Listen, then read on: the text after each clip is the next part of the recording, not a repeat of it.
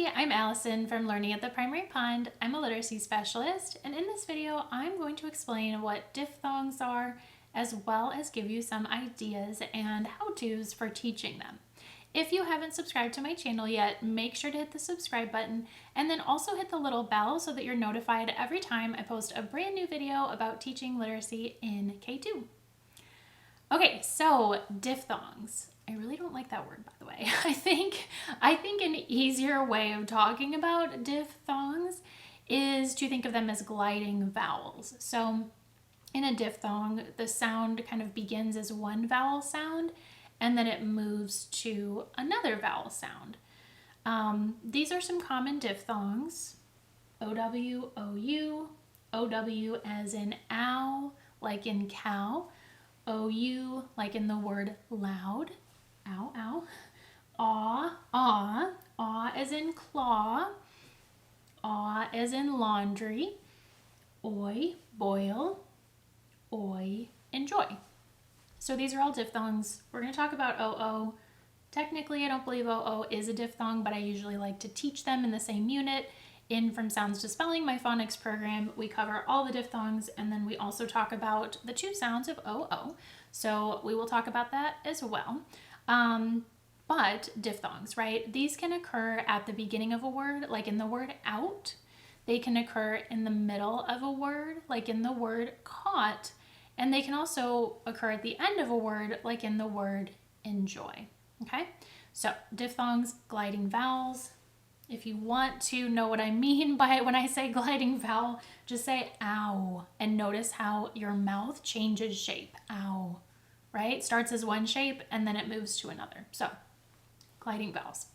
The way that I teach diphthongs is by working on diphthongs that make the same sound in the same week. So for example, in the last unit of my phonics program, From Sounds to Spelling, we work on OW, and then we work on OU, ow, in the same week.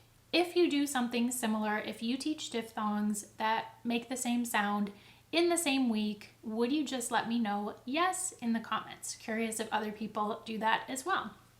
So again, in the program, we start with ow and ow, and with ow, the kids will already have learned that OW can make the long O sound, like in the word blow.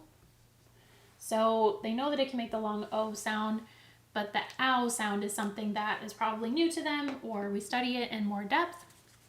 So we start with ow.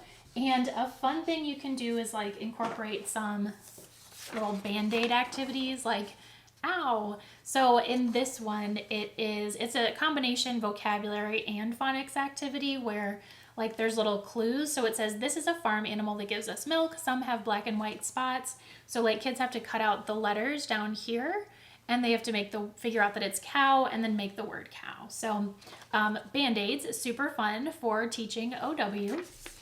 So we do OW, we do OU words then. And I love to do word sorts that have them compare all kinds of words that have the ow sound in them, but some of the words are spelled with OW and some are spelled with OU.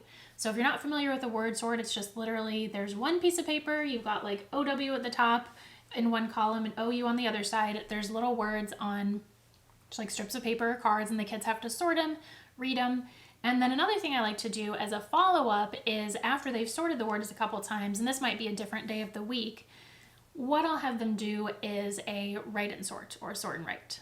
So for this activity, they actually start with a blank paper. If you can just imagine that like it says OW here and on the other side it says OU, and I will say a word that we've worked on like clown, and they not only have to spell the word, but they have to put it in the right column. So they have to write it under OW as opposed to OU. So the sort and write is really good when you're comparing any two spelling patterns. It doesn't just have to be diphthongs, but that's something that I definitely like to do.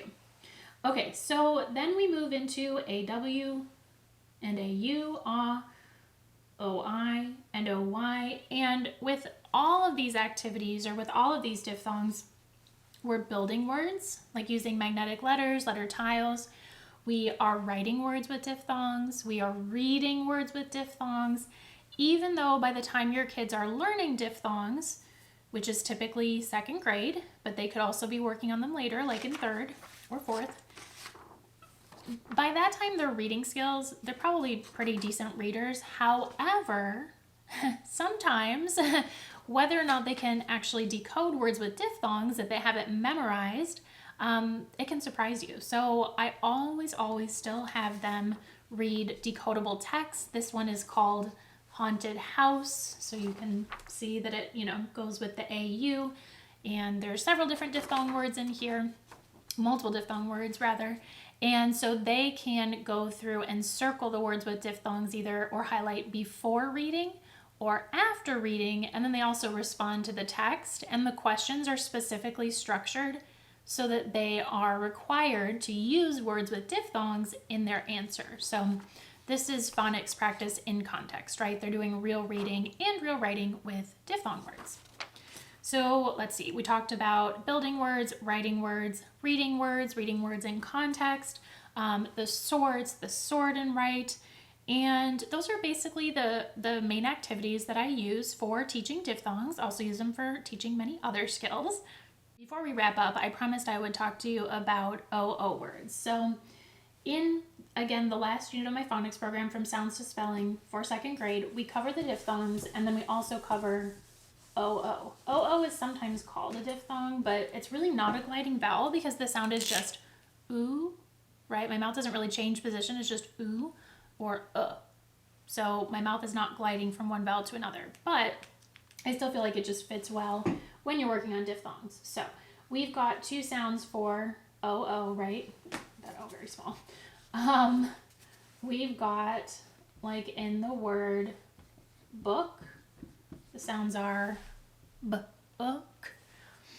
And then we have like the word zoo. The sounds are z, oo, right? So this works pretty well, after maybe you've taught the diphthongs, and you can talk about different words that have OO in them, just like with the sort and write that I mentioned for, I think I was talking about it with OW.